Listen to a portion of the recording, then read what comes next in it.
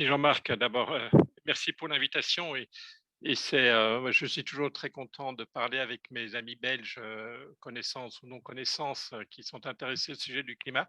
Parce qu'en fait, moi, j'ai quitté la Belgique il y a 30 ans bon, maintenant, je suis en France et bien établi à Toulouse mais j'ai donc développé pas mal de compétences, sur la problématique de l'économie du climat. Je vois très, très bien la politique française, je vois très, très mal, mais alors c'est c'est très, très mal, la politique belge envers le climat. Donc quand j'ai écrit ce bouquin sur le climat, après la fin du mois, publié il y a plus de 2 ans maintenant, je voulais, m'inspirer de la politique française, et c'était en pleine période des gilets jaunes, hein. Je voulais aussi regarder ce qui se passe avec la Belgique et donc j'ai appelé, connaissant rien, j'ai appelé mes copains économistes, belges de Louvain, de Bruxelles, de Leuven. J'ai dit: «Mais, expliquez-moi la politique belge du climat». Ben, écoutez, j'ai eu, pas de réponse en fait, j'ai vraiment pas eu de réponse, quoi et puis j'ai essayé sur internet, vraiment j'ai pas trouvé, 3 niveaux, le fédéral, le régional, les communautaires, j'ai pas vu de politique, climatique belge. Alors, ceci étant dit, c'est vrai que, la Belgique est trop petite comme échelle pour réfléchir à une ambitieuse politique climatique et c'est au niveau européen qu'il faut réfléchir sur le climat. Évidemment, la Belgique, si elle peut contribuer à pousser une politique européenne du climat intelligente, je pense que ça serait sympa et donc j'ai eu la chance d'avoir une audience avec le roi maintenant il y a un peu plus d'un an, qui a été, je pense, fructueuse, y compris mes points de vue. Et je voudrais aussi, si je peux contribuer à soutenir une politique ambitieuse et intelligente de la Belgique pour soutenir une politique européenne, ça serait pas mal. Et je suis très content. Je travaille beaucoup avec l'équivalent du bureau du plan français, belge en France, qui s'appelle France Stratégie, où j'ai beaucoup contribué depuis 25 ans maintenant dans les différents rapports de cette France Stratégie pour construire une politique climatique française.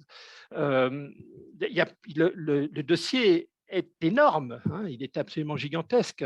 Aujourd'hui, c'est vrai pour la Belgique, c'est vrai pour la France, c'est vrai essentiellement en Europe, c'est un peu moins vrai aux États-Unis, mais il y a un accord quasi unanime sur le fait que l'être humain est responsable du changement climatique, mais il n'y a absolument aucun, mais pas le moindre consensus sur la manière dont on devrait affronter, vous et moi, les politiques, les citoyens, les producteurs, le marché financier, les banques centrales, les banques nationales, comment les banques, les compagnies d'assurance, nous devrions chacun à notre niveau contribuer à affronter cette responsabilité collective et individuelle envers les générations futures. Il y a zéro consensus. Les économistes ont des propositions à faire, en particulier sur le prix du carbone, on y reviendra certainement, mais voilà, il n'y a pas de consensus et faut-il… alors, Philippe a parlé du nucléaire, mauvaise pioche. Je pense que si on commence par discuter du nucléaire, on va en prendre pour 2 heures et qu'on n'aura pas, alors que c'est un sujet important pour le changement climatique, ce n'est pas complètement crucial, c'est crucial pour la France et la Belgique, mais ce n'est absolument pas crucial pour l'Allemagne et le reste de l'Europe, hein, soyons clairs. Les Allemands, ils ont décidé de sortir du nucléaire, l'affaire est entendue, la question est d'une autre nature. Moi aussi, je suis assez pro-nucléaire, en tout cas dans l'idée qu'il faudrait prolonger tant que la sécurité, les objectifs de sécurité sont atteints, il faudrait prolonger la durée de vie de nos centrales pour effectivement contribuer à un mix électrique décarboné en Europe occidentale. Mais bon, c'est un sujet sur lequel je suis prêt à discuter. J'ai pas mal travaillé sur le sujet depuis 30 ans, en fait, dans la thématique du changement climatique. Je suis rentré au milieu des années 90, pardon, au milieu des années 90 par le sujet du nucléaire avant de devenir un spécialiste du climat. Donc, j'ai pas mal de choses à dire, mais je propose de mettre ça de côté pour l'instant, en tout cas, sauf si la majorité d'entre vous vont en discuter en priorité.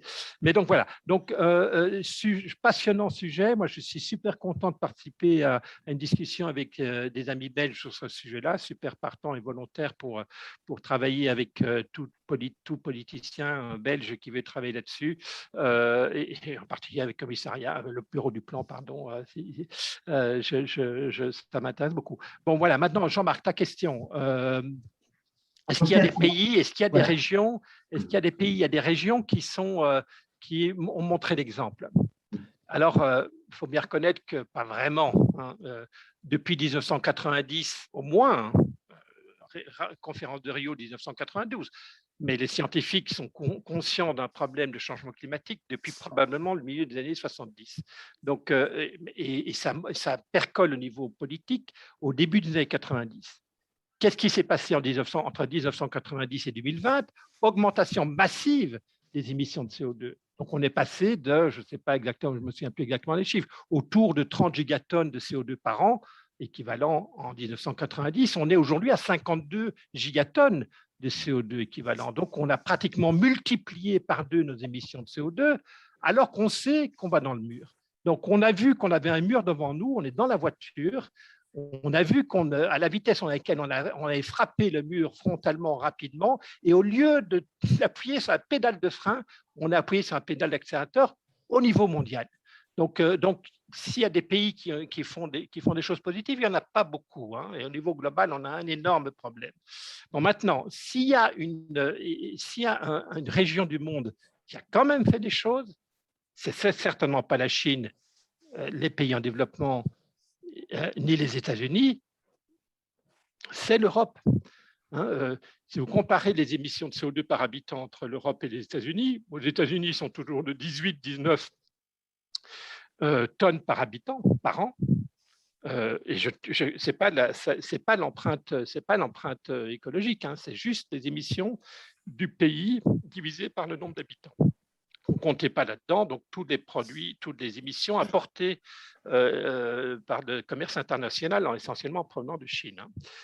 Alors donc 18 tonnes par habitant, alors qu'en Europe, on est plutôt autour de 8-9 tonnes par habitant et par an. Donc on est quand même beaucoup plus. Alors c'est pas génial, hein, il faudrait aujourd'hui être à 4 tonnes par habitant hein, et par an. Donc on est très très loin du compte. Mais regardez quand même en Europe.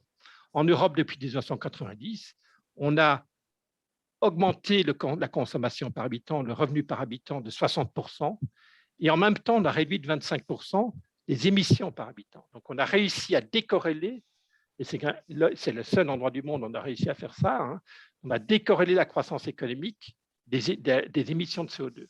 On l'a fait par l'instauration d'un marché d'émissions, d'un marché de permis d'émission, on l'a fait par un certain nombre de politiques d'isolation thermique des bâtiments, d'incitation bonus-malus pour les véhicules les moins polluants, par des tarifs garantis sur le marché de l'électricité pour l'électricité verte, l'éolien et le photovoltaïque. Donc, il y a eu, depuis un certain nombre d'années, des opérations importantes. Alors là, je me tourne à nouveau vers le bureau du plan. Certaines d'entre elles extrêmement coûteuses par tonne de CO2 évité. Hein, on pourra en reparler. Mais globalement, l'Europe a été le bon élève de la planète sur les émissions de CO2, même si on est encore très loin du compte. D'accord ? Voilà.